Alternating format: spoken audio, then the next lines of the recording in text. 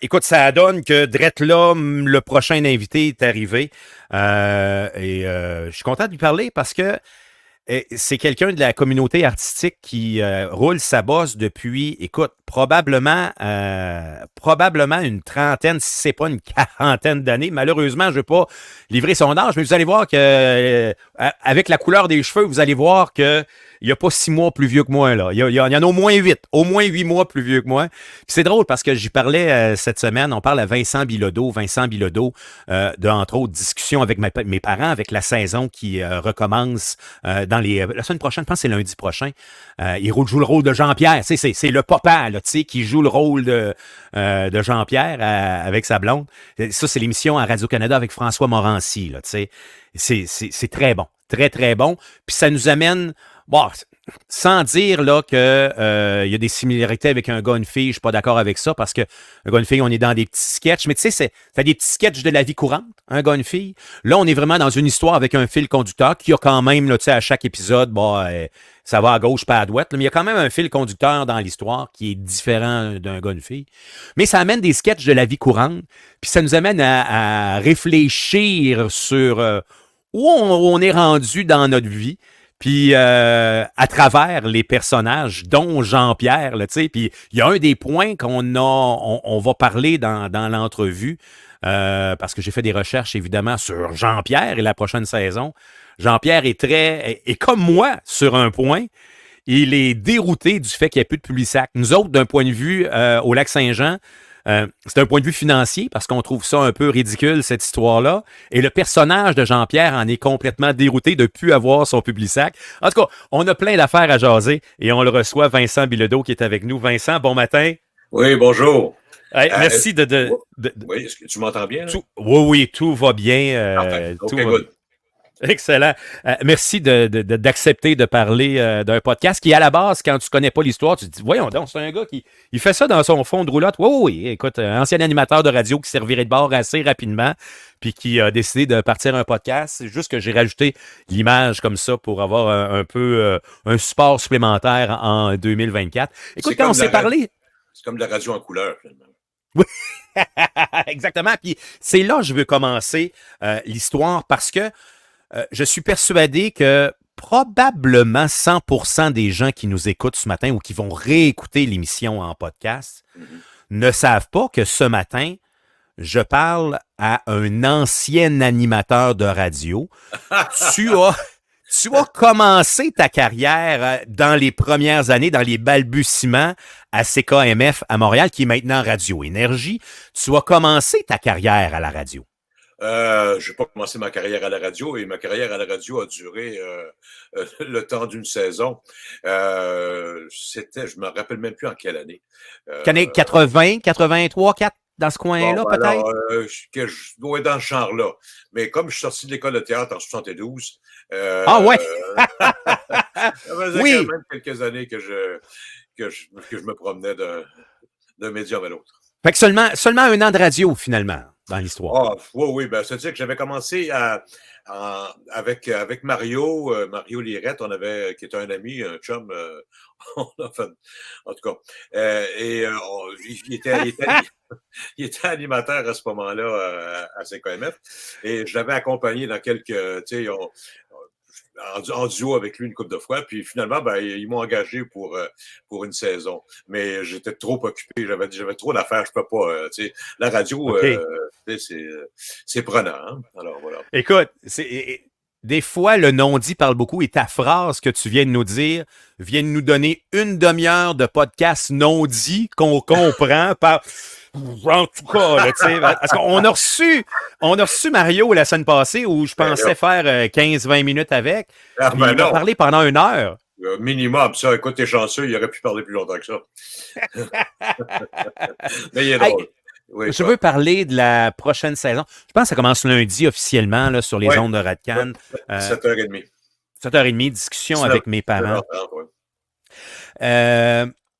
François Morancy nous a confirmé au cours des derniers mois que ça allait être la dernière saison. Est-ce que tu trouves que c'est une raison, bonne raison? Est-ce que tu trouves que c'est justifié comme décision, premièrement, en tant que partie prenante au premier plan de l'émission. Oui, OK. Alors, il y a deux réponses à ça. L'acteur est bien déprimé. L'acteur est bien découragé. Ben, pas découragé, mais il y a de la peine parce que c'est une très bonne émission, puis c'est très écouté, puis le monde aime ça, puis tout ça. Mais l'équipe, la famille, parce que on est devenu vraiment une famille, vraiment, c'est un gros deuil. Nous autres, on a fini, là. C'est terminé. On a tourné ça au printemps puis au début d'été, là, tu sais. Alors, non, c'est une grosse déchirure. Par contre, je peux dire que c'était justifié, oui, parce que, bon, au départ, on espérait faire... François nous avait dit qu'il espérait faire 3 ans. OK? Ouais, Guillaume, le producteur, Guillaume L'Espérance, notre producteur, il dit, moi, si on fait 5 ans, je vais être aux oiseaux. Et finalement, on a fait 7 ans. Bon. Et comme l'auteur principal, c'est François, et qui c'est un homme, comment je pourrais dire ça? Il est tellement perfectionniste que chaque réplique, chaque virgule est gossée pendant des heures. Il ne pouvait pas se permettre vis-à-vis de lui-même, puis vis-à-vis de son public, il ne pouvait pas se permettre que ça diminue en qualité. Alors, lui, il a jugé qu'il était rendu, il avait peur de commencer à se répéter, à ce que ce soit moins bon, moins drôle. Alors, pour lui, là, il a fait le tour de l'histoire. Il a fait le tour du sujet, il a fait et je respecte ça. Alors, comme professionnel, je fais oui, c'est très bien. Il a raison, je suis d'accord avec lui. Comme acteur, j'ai de la peine, mais ça, c'est un autre affaire. Oui, c'est ça. On comprend. À quel point le rôle de Jean-Pierre a été dur à jouer, ou plutôt à quel point l'humain Vincent Bilodeau est impliqué dans le rôle de Jean-Pierre comme comédien à travers le personnage. Ouais. Quand j'ai reçu, j'ai passé, j'ai eu le rôle en faisant une audition. On a tous passé une audition pour cette série-là. Hein? Il y a seulement François qui l'a pas passé l'audition, mais ça, c'est une autre histoire. C'est lui qui écrit. Ouais, c'est ça. Et alors, j'ai passé l'audition. Quand j'ai reçu le texte, j'ai vraiment fait, s'ils me prennent pas, ils sont vraiment cocons. Ouais. Parce que pour moi, ça allait de soi. Je savais exactement ce qu'il voulait. Je savais exactement c'était quoi le personnage. Je savais exactement, je connaissais l'humain profondément. Alors, ça a été comme ça. Donc, pour répondre à ta question initiale, ça n'a pas été difficile à jouer du tout. Okay. Ça a été difficile d'apprendre le texte parce que, comme j'ai dit un peu plus tôt, François, c'est un maniaque, c'est un perfectionniste. Alors, tu changes pas une virgule, là.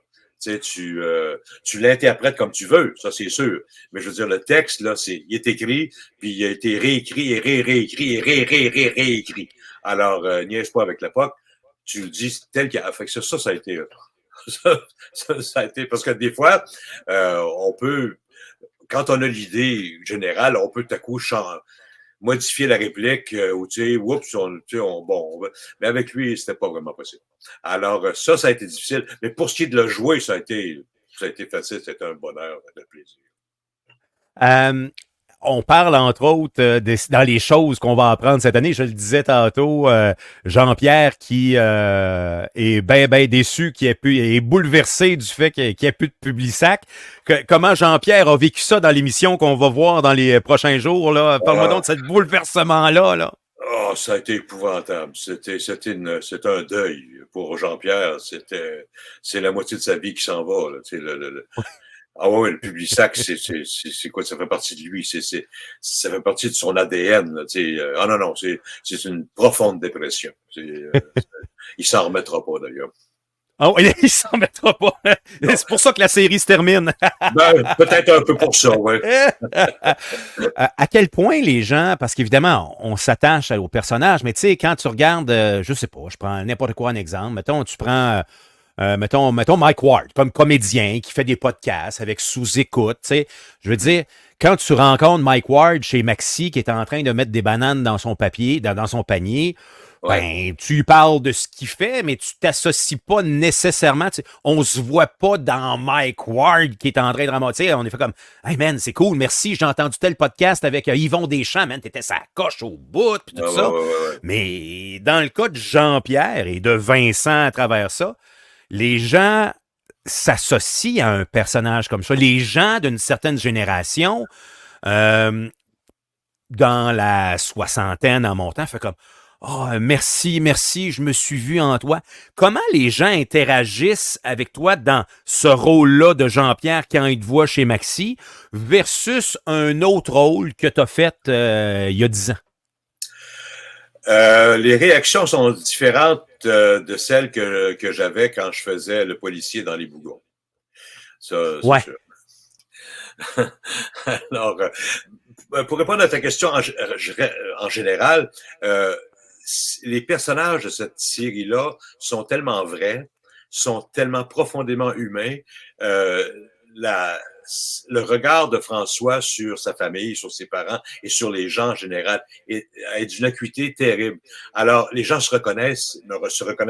Alors, quelle que soit d'ailleurs la génération, qu'ils soient jeunes, médium, plus vieux ou beaucoup plus vieux, tout le monde reconnaît son père.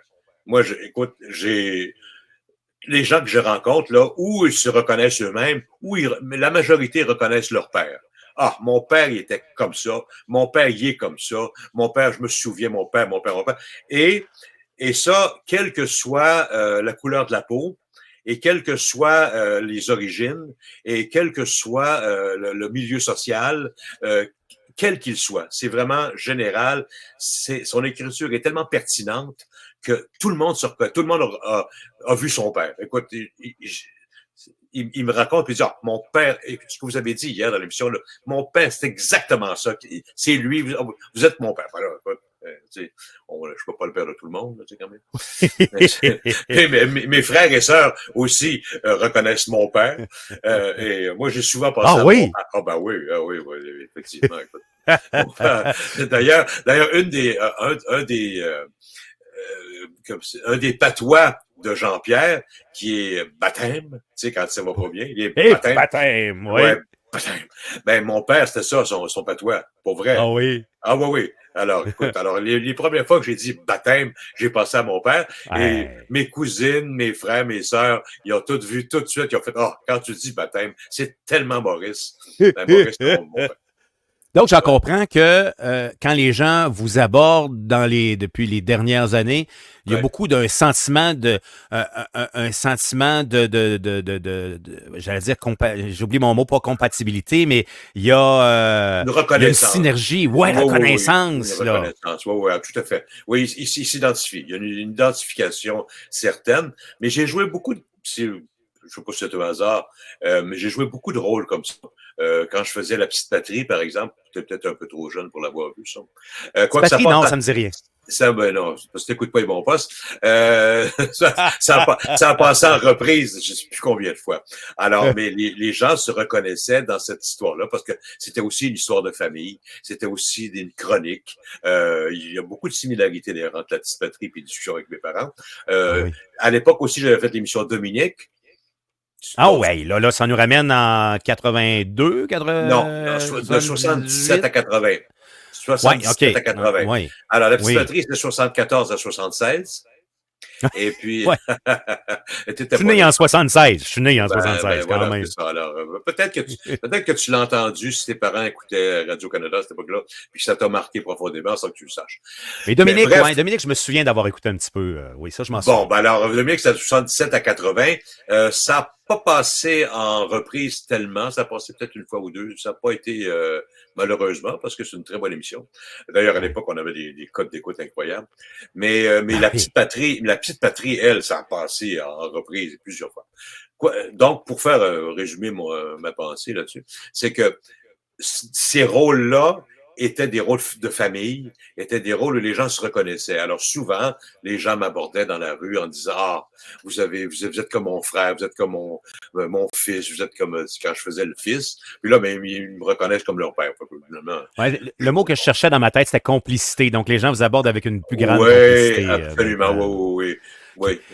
Annie nous dit que elle trouve que c'est une série qui rejoint la réalité dans le cas de discussion avec mes parents. Oui. Normand nous demande, il dit, risque d'avoir l'air fou, c'est qui Jean-Pierre? Jean-Pierre, c'est le père dans l'émission. C'est le père de François Morancy qui... Ben, dans la vie, dans la vie, il s'appelait Jean-Paul. Alors, Jean-Paul, oui. il s'appelait dans la vie, dans la vraie vie. Alors, moi, bon, on a baptisé Jean-Pierre parce qu'il a changé les noms pour pas Ouais, que ce soit ouais. exactement ça. Parce que c'est sûr que c'est son père, mais c'est son père, c'est, comment dire, modifié, puis c'est son père agrandi dans tous les pères. Tu sais. Avez-vous, Vincent, eu l'occasion de le rencontrer, le père Non, à malheureusement. François? Non, Non? malheureusement. Non, il était à la fin de sa vie au moment où et OK. puis bon, il y avait des problèmes cognitifs. Et puis moi j'avais voulu le rencontrer, mais François m'avait dit, écoute Vincent, ce serait pas une bonne idée parce que t'auras pas la personne la Qu'il était. qu'il était. Ça a trop Ouais. changé. Fait que On parlait tantôt de Dominique des années oui, 70 avec Dominique oui, Michel, oui, évidemment. C'était ça, le oui, Dominique, c'était pour Dominique Michel. oui, absolument. Vous avez C'est là, fait, écoute, c'est là, excuse-moi, juste une petite parenthèse, c'est là que j'ai connu Mario Lirette. Parce que moi, je faisais le fils de Dominique, puis le chum de Dominique là-dedans, c'était Jacques Teasdale. Et Jacques Teasdale avait un oh, fils, et son fils, c'était Mario Lirette. Et Jacques Teasdale. on était les deux grands chums dans cette série-là. Moi qui faisais le bon garçon, tu sais, qui écoute, puis lui qui faisait le bum. Alors, on se complétait. Ouais, Est-ce que Jacques, pour les plus vieux, je me rappelle de Jacques Teasdale, ouais, quand même, ouais. avait-il son épaisse moustache dans l'émission aussi qu'il a Absolument. eu toute dans sa vie? Il a toujours eu cette moustache-là. Il ne la mettait pas pour commencer la mission, là. Il ne l'enlevait jamais. Oui, il était toujours là, Ah ouais, c'est bon. ouais. C'est un moustache que j'ai vu Donc, d'ailleurs, Jacques. oui, Ouais. écoute, ben là, on est en 2024. Là, on parle d'une émission présentement qui a roulé, on va dire, en 80. 80 plus 124, ça fait toujours bien 44 ans. En 44 ans, des rôles au cinéma, à la télé, vous en avez fait au théâtre, OK? Mais le théâtre, évidemment, soit le théâtre d'été ou le théâtre en tant que tel, passe toujours plus inaperçu parce que tu sais, c'est moins grand public. C'est plus grand public pour les gens qui vont le voir le soir même. Puis comment est-ce que vous Ouais. faites une tournée de 10 salles à travers le Québec? Ben, il y a toujours bien, écoute, on va dire 6000 personnes qui vont le voir. Ça fait moins, c'est moins marquant pour le grand public. Dans Ouais. ce qui est télé et ce qui est cinéma, qu'est-ce qui vous a fait le plus vibrer comme acteur dans tout ce que vous avez fait? Quel est le rôle que vous avez fait? Ah, ça, là. Ah, je peux t'en parler pendant 1 heure de ça. Qu'est-ce qui vous a fait capoter? Eh boy! T'aurais dû me poser la question hier, j'aurais eu le temps d'y réfléchir. Il doit y avoir Ben, un rôle qui vous a marqué plus qu'un autre dans ce que vous avez fait, clairement, là. ben, honnêtement, pour vrai, là, tous les rôles que j'ai joués m'ont marqué et dans tous les rôles, je me suis investi à 100%. Ah, Alors, ben oui. je peux pas, tu sais, quand j'ai fait, bon, on parlait des bougons tantôt, l'auberge du chien noir, je me suis donné à 100% là-dedans aussi. Et tous les rôles qui se soient, j'ai surtout fait beaucoup de télévision, fait quelques films, j'ai pas fait beaucoup de cinéma.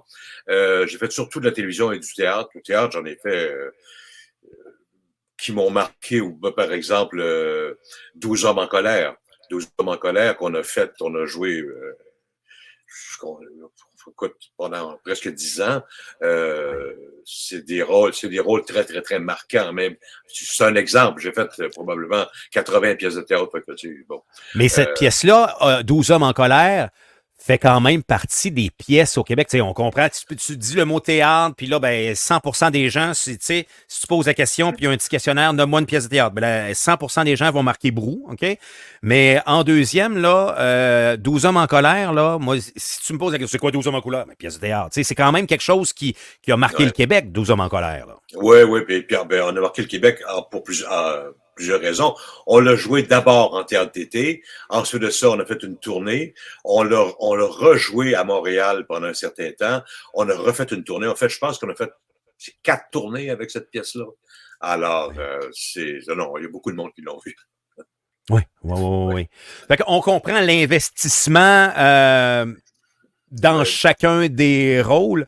Ouais. Euh, Tu sais, pour moi, c'est très, très difficile de nommer un rôle particulier ou parce que j'ai vraiment, j'ai pas accepté grand-chose que dans lequel j'étais pas, euh, dans lequel je me suis pas investi. Tu sais, c'est arrivé une couple de fois où j'ai fait des rôles, bon, qui me tentaient moins, là. Bon, faut bien payer son loyer. Mais pas tant que ça. J'étais assez chanceux. Et je OK. suis puis pas juste chanceux, aussi, j'ai refusé des choses qui ne m'intéressaient pas. Là. Bon, point. Alors, fait que c'est ça. Donc, en choisir un, ce serait dénigrer les autres, dans le fond. Ouais, je comprends, je comprends. OK. Ouais. Là, j'ai une question de champ gauche qui vient de m'arriver en tête. Eh boy, Puis, OK. ouais, ouais, mais je pense pas que dans votre vie au complet, que ce soit aux enfants de la télé qu'on vous a posé cette question-là, Vincent, Ouais. mais, tu sais, vous avez pas 49 ans et demi, vous avez J'ai de 73 l'expérience. ans. J'ai 73. j'ai 73 il y a 2 semaines. Ouais. OK. On parle d'un métier, le métier de comédien, Ouais. qui est un métier atypique. OK? Juste moi, exemple, qui a 48, quand je disais à mes parents, quand j'étais jeune, que je voulais être animateur de radio Mhm. ou animateur de télé, ils m'ont Ouais. dit, ouais, tu sais, déjà en 80, là, je chantais là, que ça faisait pas. Là, OK? Ouais. Le break à bras, il était déjà ouvert. Ouais, ouais, ouais, ouais. Mais écoute, ça nous ramène là, dans les années 50, là, dans peu importe l'année exactement, on va dire en 48, peu importe, là, où à un moment donné, il y a une décision où Vincent Bilodeau dit je pense que j'aimerais ça être comédien. Mais là, à un moment donné, parlant de discussion avec mes parents, faut Ouais. que Vincent Bilodeau, quand il a 12 ans, 16 ans, à un moment donné, il en parle à papa à un moment. Comment ça se passe, un choix de carrière dans les années noir et blanc? Là, certains disent ça, là, à dire, moi, je veux faire un métier atypique, puis je vais être comédien. Aujourd'hui, tu sais, c'est plus facile. Mais dans ces années-là, là, il n'y avait rien de facile dans la vie. Comment ça se Ouais. passe? Bon, d'abord, moi, j'ai pas décidé d'être comédien. C'est le hasard qui a fait que je suis devenu comédien. OK? Puis mes parents étaient très ouverts. Mes parents acceptaient tout ce que je veux dire. Accept- ils- Quand je décidais quelque chose, je le faisais, puis c'était tout. Tu sais, c'est pas, mes enfants sont comme ça d'ailleurs aussi. Alors, OK. non, j'avais accompagné, bon, pour faire une histoire courte, là, j'avais accompagné une amie, parce que moi, je viens de Québec. Alors, j'avais accompagné une amie qui allait passer l'audition, une pré-audition à Sainte-Thérèse, à l'école de théâtre de Sainte-Thérèse, OK. de Lionel Groux. Je l'avais accompagnée sur le pouce parce qu'elle voulait pas y aller toute seule sur le pouce, tu sais, à cette époque-là. Bon, là, on était en 68, en 69. En OK. Ouais, 69. c'était 40. Ouais, c'est ça. Ouais, en Mon 1969. calcul n'était pas bon tantôt. Ouais. Ben, je ne peux pas arrêter, là, mais bon, c'est pas grave. Oui. C'était quand même du noir. On était plus en couleur à cette époque-là, là, mais en tout cas, bref. Ouais, c'est des couleurs Alors, tapalotes, mais c'est en ouais, couleur, effectivement. c'était en couleur. Fait que, en tout cas, bref, j'ai accompagné à l'école de théâtre. Puis, alors là, elle a passé ses auditions et il y avait besoin de quelqu'un pour lui donner la réplique. Et je lui ai donné la réplique. Et puis, le directeur de l'époque, M. Régnard, à cette époque-là, il m'a dit, pourquoi tu veux-tu passer l'audition toi aussi? J'ai dit, non, non, non, moi, j'accompagne mon ami, là, je suis juste pour ça. Non, non, mais tu devrais passer l'audition. Ben, j'ai dit, écoutez, bon, non, je lui donne la réplique, c'est tout. En tout cas, il a tellement insisté après, parce qu'il a fait plusieurs scènes d'audition, puis une scène dramatique, une scène comique, une scène d'improvisation, puis à toutes les fois, ben, je l'aidais, tu sais, j'étais là pour lui donner la réplique. Et puis, alors, à la fin, il m'a dit, non, tu devrais vraiment t'inscrire. Il dit, il faudrait que tu passes l'audition. Alors, mais comme moi, je montais dans le bois parce qu'à cette époque-là, pour payer mon argent de poche, tout ça, je travaillais sur la rivière Rupert. Tu sais, j'étais Oh, dans un camp de pêche dans le bois. Là, tu sais. Je passais OK, l'été là. ouais. Alors, Oui, quelques jours après, je montais dans le bois pour l'été. Ça fait oui. que, puis ça, c'était une pré-audition. Puis il m'a dit, ben là, c'est la pré-audition. tu es accepté, il faudrait que tu reviennes dans 3 semaines pour passer la vraie audition. Puis j'ai dit, moi, dans 3 semaines, je suis pas là, je suis dans le bois. Puis Ouais, ouais, ouais. je suis dans le bois pendant 2 mois, fait que non, je passerai pas l'audition. Mais il dit, il faut que tu reviennes. Je dis, vous avez pas compris, là. Je peux pas revenir, là. On va là en avion, là. Je louerai pas un avion pour revenir ici de certains, là. Non, non. Ouais, ouais, ouais. Fait que j'ai dit, écoutez, là, bon, vous insistez beaucoup. Je dis, est-ce que vous m'acceptez ou vous m'acceptez pas? Ben, il dit là, il y a pas eu, les auditions sont pas faites encore. Je dis, écoutez, là, on n'en parle plus, c'est correct, on retourne à Québec. Non, non, il dit, OK, t'es accepté, t'es accepté, t'es accepté. Fait que je suis revenu chez nous le soir même, sur le pouce, avec mon ami, avec, voyons, ah, avec Pierrette Savard. Pierrette. Pierrette. OK. On est revenu à Québec, puis je suis arrivé à l'heure du souper chez mes parents. Là, je vais répondre à ta question. Alors, le souper était commencé, tout le monde était à table. Ah bon, oui, comment ça a été? Alors, ça a bien été. Je me suis assis à table. Et puis, j'ai fait, bon, ben, j'ai dit, écoutez, parce que moi, j'étais au cégep. Je me destinais à être avocat. J'étais en sciences humaines. Alors, donc, je m'assois, puis mon père, qui était à ma gauche, il dit, bon, puis comment ça a été? Ah, je dis, ça a bien été, bien été. J'ai dit, ah oui, en passant, j'ai dit, je rentre à l'école de théâtre l'année prochaine, je vais être comédien. Alors, mon père qui était en train de manger, il a fait OK. Ça a été tout. Oui. Fait que, tu sais, Cégep Garneau, Cégep Sainte-Foy, c'était quel cégep? c'est Cégep de Sainte-Foy. Cégep de Sainte-Foy? Ouais, OK. Cégep de Sainte-Foy, ouais. C'était, ben, je pense que le Cégep, écoute, ça, là, on parle en 69, donc, c'était, je pense, la deuxième année de Cégep, là, tu sais. Ouais, ouais, Moi, ouais, ça parce a que moi, commencé. avant ça, j'étais au pavillon Montcalm, qui était pas loin, là, où je faisais mon cours classique. Puis, en tout cas, bref, c'est ça. Est-ce que, j'ai oublié son nom, je pense que c'est Paquette, je me souviens pas du nom que vous m'avez dit. Elle a-tu eu le rôle, elle? Pierrette, oh, oui, Pierrette, oui, elle avait eu le heureusement. rôle? Elle, oui, ben, elle est retournée 3 semaines plus tard pour passer l'audition. Et Oui. puis, mais moi, j'étais dans le bois à ce moment-là, fait que je n'étais pas au courant. Mais oui, elle a été acceptée. On a passé 3 ans ensemble à Sainte-Thérèse, là, à l'école de théâtre. Ouais. Ça devait être une belle complicité. Là. Tu parlais de complicité tantôt, ça devait être toute qu'une belle complicité, cette histoire-là. Oui, Là. oui, ça a été une amie. Écoute, je faisais là, ça fait une éternité que je ne l'ai pas vue. Mais tu sais, une école de théâtre, c'est comme c'est intense. Les gens qui sont là, ont été ensemble pendant 3 ans. Maintenant, je pense que c'est 4 ans, les écoles de théâtre, mais c'est presque 24 heures par jour. Là, tu sais, fait que oui, tu as besoin d'avoir de la complicité parce que sinon, le temps est long. À quel point c'est difficile. Je sens que quand vous parlez de l'école de théâtre, là, ça a l'air d'être un gros morceau à avaler, à parler. Là. À quel point c'est difficile, l'école de théâtre? Ben, c'est comme rentrer en religion, là. Tu sais, c'est comme, c'est parce que tu travailles sur tes émotions, tu travailles sur toi-même, tu travailles sur tes expressions, mais tu travailles beaucoup sur toi et avec toutes sortes de monde. Il y a des gens qui sont très compétents, d'autres qui sont pas mal moins.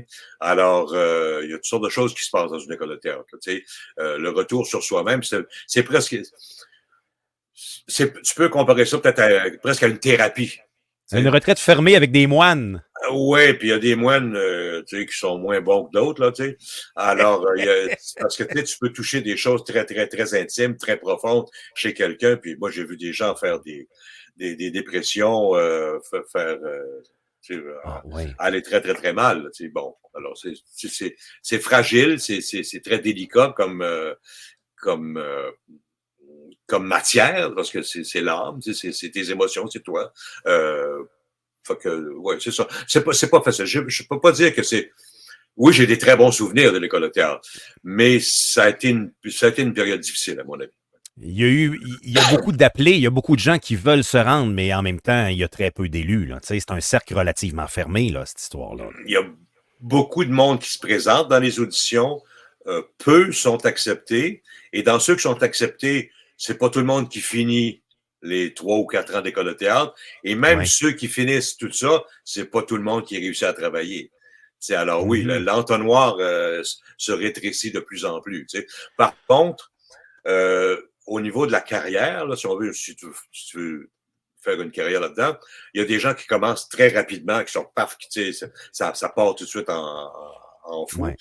D'autres, Ouais. c'est très, très, très lent, puis tout à coup, ça débloque. Pour réussir dans ce métier-là, ça prend beaucoup de patience et Ouais. beaucoup de résilience. Parce que des fois, tu Là, commences très fort, puis là, tu descends.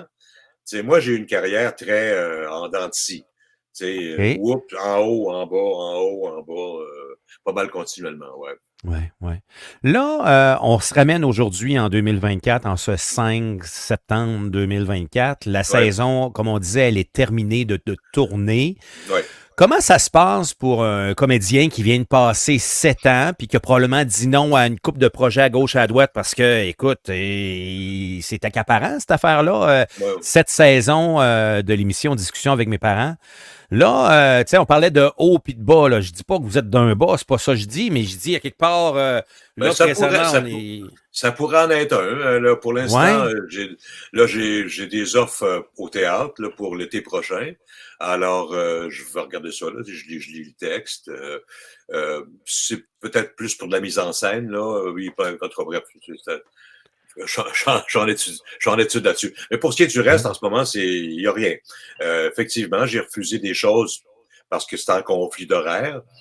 Mais bon, mais le métier de comédien, c'est ça. Tu sais. Il y en a ouais. quelques-uns, sont pas très nombreux, qui ont du travail tout le temps, puis qui, bon, il y en a d'autres, ben, c'est plus en dents de scie, mais c'est ça le métier. Alors, si ça fait partie des talents que tu dois avoir pour pratiquer ce métier-là, c'est-à-dire la Ouais, patience. oui, la résilience, la patience, La la résilience, la résilience. patience, parce que souvent, tu te retrouves avec rien, puis là, le téléphone Oui. sonne pas, puis là, tu penses que le monde t'aime pas, tu penses qu'ils ont enfin découvert que tu n'avais pas de talent, tu sais, fait que, À quel ça, tu sais, comme point, tu sais, comme moi, il y a un mois et demi, mais c'est ça, il y a un mois, moi, de mon bord, on m'a annoncé, c'est fini, fini le oui, contrat. puis la radio, je pense que c'est le médium le plus sauvage. Je pense que c'est, Terrible. bon, pas de farce, là, je pense que c'est le milieu le plus, où il y a le moins le, le, le moins d'humanité. Ouais, je vais être d'accord avec ça. Je vais être d'accord avec ça. Moi, quand je perds ma job à la radio, Ouais, euh, là, faut que je me revire de bord. Là. Je fais ma demande de chômage, ouais. j'envoie des CV, là, je check qu'est-ce que je fais. Je vais-tu déménager d'une autre station? Qu'est-ce que je fais? Tu sais, moi, je pousse. Je vais vous laisser mettre le téléphone sur pause. Si vous voulez répondre, dire Non, non, salut, je non, te rappelle. Non, non, OK, non, non, parfait. pas du tout. Je m'occupe pas de ça. Le répondeur va embarquer. Là. Parfait. OK. Fait que là, ma question, dans le fond, je vais en profiter pour muter le micro une seconde pendant que je vais poser ma question. Tu sais, moi, de mon bord, faut que je sois très proactif pour ma prochaine job. Que ce soit une job de direction générale d'une entreprise, une job de peu importe, faut que je sois très proactif. Une job en communication, parce que j'ai quand même 20 quelques années d'expérience. À quel point un comédien doit être proactif pour la suite des choses, un prochain rôle. Tu sais, je veux dire, un comédien, à un moment donné, il ne fait pas son CV, tu sais, il est dans le bottin de l'UDA, puis tu sais, il y a le CV qui va avec, tu sais, de ce qu'il a fait dans sa vie, dans votre cas. À Mhm. quel point vous devez pousser pour aller chercher un prochain rôle? Bon, il y a deux personnes qui sont impliquées là-dedans. Il y a l'acteur et il y a son Son agent. agent? Bon. Oui. Alors, l'agent est au courant, puis l'agent, bon, beaucoup de choses passent par les agents maintenant depuis plusieurs années, là, qui OK. sont au courant à l'avance de ce qui va se faire. Alors, ils proposent ton nom, s'ils pensent qu'un rôle est bon va être bon pour toi, etc. Tu sais. Il y a ça. Le job souvent de l'acteur, c'est de pousser son agent. Parce que les agences, ils ont souvent, tu sais, ils n'ont pas juste 3, 4 acteurs et actrices, là, ils en ont des fois 100, 150. Fait que, tu sais, OK. là-dedans, ben, il y en a qui travaillent, d'autres qui travaillent pas. Il y en a qui veulent travailler, tu sais, là, alors, il faut que tu gosses ton agent pour dire, écoute, oublie-moi pas, là, tu sais, j'existe puis je veux travailler. Fait que, tu sais, go. Tu sais, euh, faut pas que ton agent t'oublie.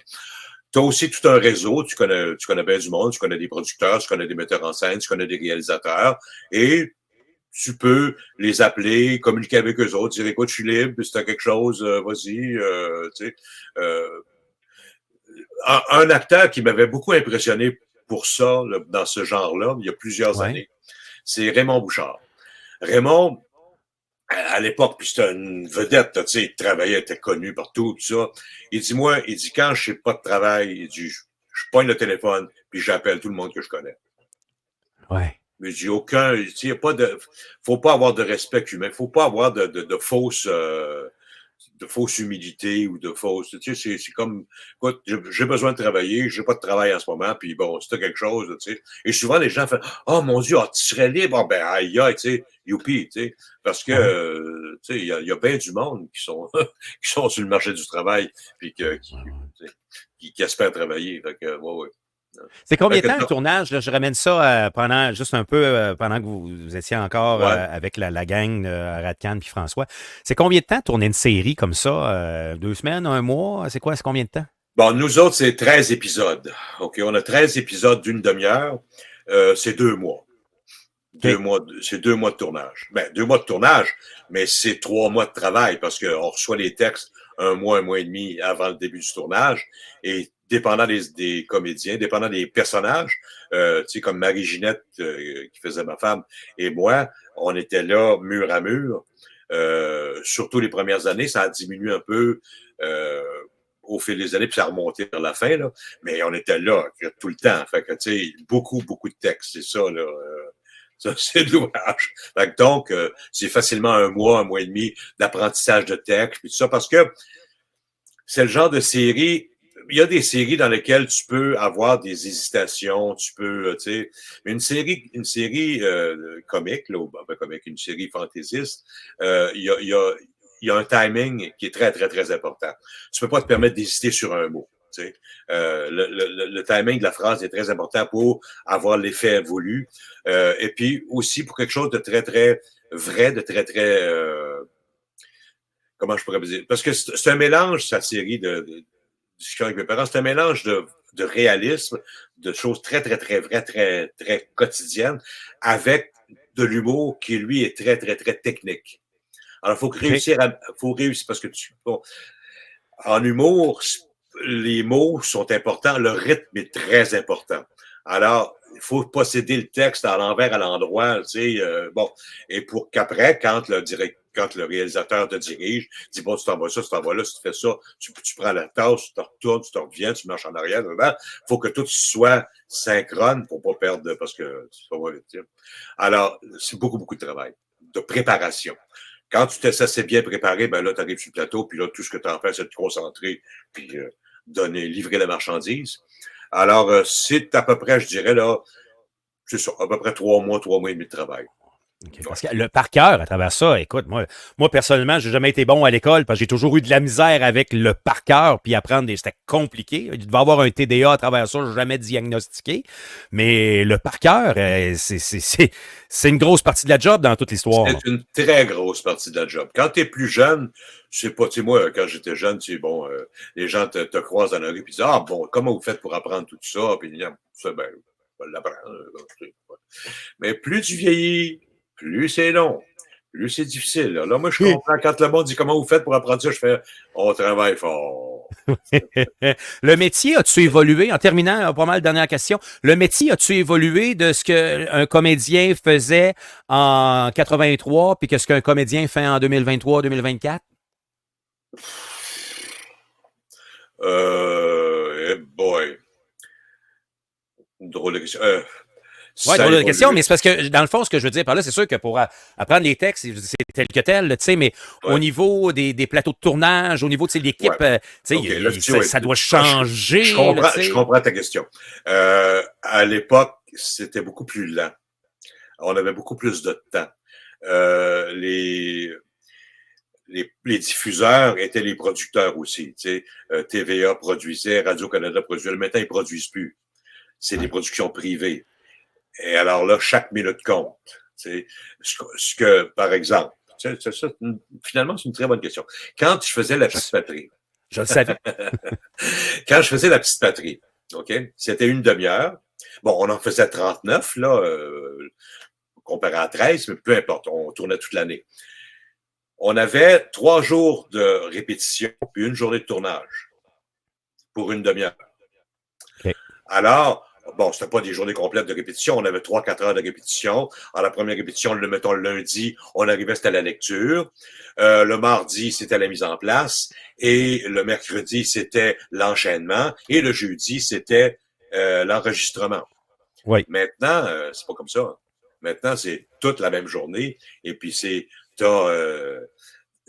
sais pas, tu t'arrives le matin, puis tu commences à tourner à 7h30, 8h. Donc, tu es debout à 5h pour le maquillage, à 6 pour être prêt à 7, 7h30. Puis là, tu tournes jusqu'à 6-7h le soir. Tu sais.